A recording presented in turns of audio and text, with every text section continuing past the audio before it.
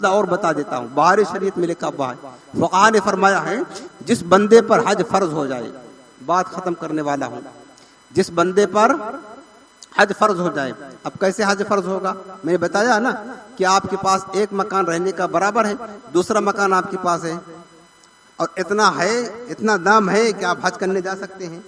हज के अय्याम आ गए तो फर्ज हो गया, बेच करके जाएं, ठीक है ना। आपने नहीं किया, आपके पास पैसा था पिछले साल मसलन, या इसी साल इतना पैसा है आपके पास, बैंक बैलेंस है या सोना चांदी है, या आपके पास दुकान में इतना माल भरा पड़ा है, दुकान बेचने वाले, हत्ता कि फुक़हा ने यहाँ तक लिखा हुआ है घरेलू जो सामान होते हैं ना, घरेलू सामान, अगर घरेलू सामान जो जरूरत में है वो तो ठीक है, जरूरत से जायद अगर सामान इतना है, अगर उसको बेचेंगे तो हम हज पर जा सकते हैं, हज के सफर के अखराजात के लिए काफी है, तो भी हज फर्ज हो जाएगा, तो भी हज फर्ज हो जाएगा। याद रखना, अगर इतना है, खैर इतना तो नहीं होता होगा, लेकिन मालदारों क्या होता भी होगा, कुछ कह भी नहीं सकते हैं, क्योंकि हज तो कम से कम 5-6-7 लाख में तो होता ही है। तो जरूरत से ज्यादा अगर घर में भी ऐसे सामान पड़े हुए, मतलब कपड़े हैं या दीगर कोई चीजें हैं, और वो बेच करके इतना हो सकता है कि जिस पर हम हज करने जिससे जा सकते हो ना, तो लाजिम है उन सामान को बेच करके हज करने जाएं। अब मैं आपको बता रहा हूँ कि एक बंदे पर हज कैसे फर्ज हो जाता है। मिसाल के तौर पर इसी साल का चलिए आप ले लें, आपके पास इतना पैसा है, या दूसरी सूरत में आपके पास दुकान है जो आपने किराए पे चढ़ाई हुई है, जरूरत से ज्यादा है, आपके पास मकान है, जरूरत से ज्यादा है, बैंक बैलेंस है, जरूरत से ज्यादा है, या माल तिजारत है, दुकान में माल पड़े हुए 10 लाख रुपए के, जरूरत से 10 लाख रुपए पड़े तो आप 5 लाख से 6 लाख तो आप हज कर सकते हैं ना बेच करके, तो आप पर हज फर्ज हो गया। अब आपने हज नहीं किया, ये साल गुजर गया ना, एक तो गुनाहगार होंगे। अब हमारे लिए पूरा साल खतरा, जब तक हज नहीं करेंगे। वो हदीस पाक जो हमने शुरू में सुनाई थी आपको, 2 हदीस पाक सुनाई थी, वो हमेशा याद रखें कि ईमान के लिए खतरा है, बंदा यहूदी होकर मरे या नसरानी होकर मरे, अल्लाह को कोई परवाह नहीं है। हज फर्ज हो गया फिर नहीं कर रहा है, अब आपके ऊपर हज फर्ज हो गया, अब आपके लिए पूरे साल का खतरा है जब तक नहीं अदा करेंगे। अब उसके बाद फिर आपको होश बाद में आया, आप क्या करें यार, अब क्या करें?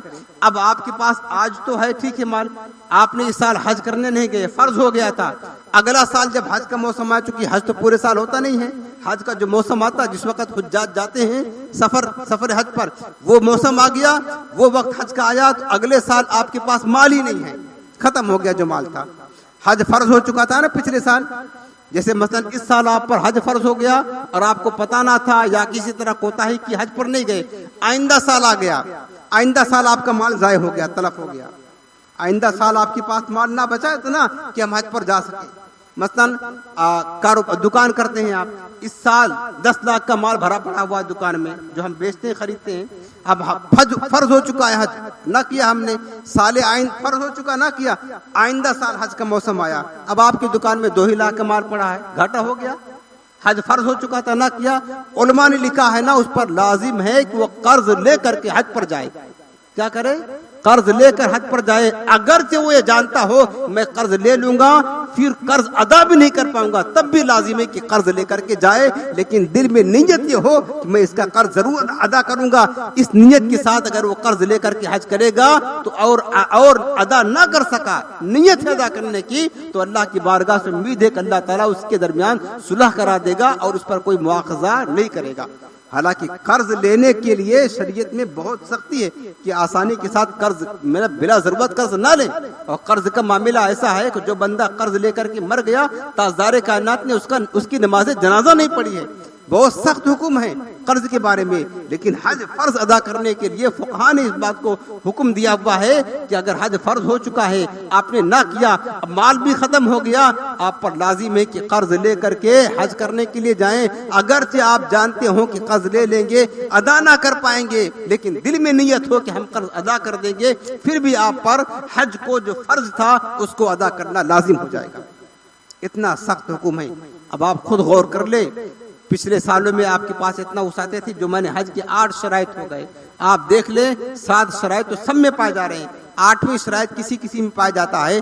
आप खुद अपने ऊपर गौर करें कि हमारे अंदर ये शर्तें हैं कि नहीं है, और ये शर्तें आज हमारे अंदर पाई जा रही हैं कि पहले से, अगर पहले से पाई जा रही थी तो आप समझ ले कि आप पर पहले से हज फर्ज है, आप ताखिर कर रहे हैं। खुदा के वास्ते मुसलमानों, पैसा यही रखा रह जाएगा। जो 2-3 मकान खरीद के रखा हुआ ना, सब दूसरे लोग अय्याशी करेंगे, अय्याशी, और आप कब्र में जाकर के हिसाब दोगे। मौत का कुछ भी भरोसा नहीं कब आ जाए। क्या करेंगे वो मकानें, क्या करेंगे तो बताएं, वो दुकानें क्या करेंगे।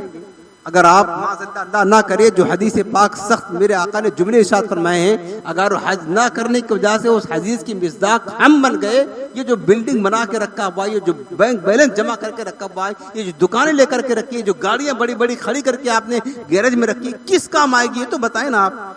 क्या आपके काम आएगी? दूसरे लोग ऐश करेंगे ना, आप क्या करेंगे? आपको कब्र में अजाब भुगतना पड़ेगा, अल्लाह ना करे।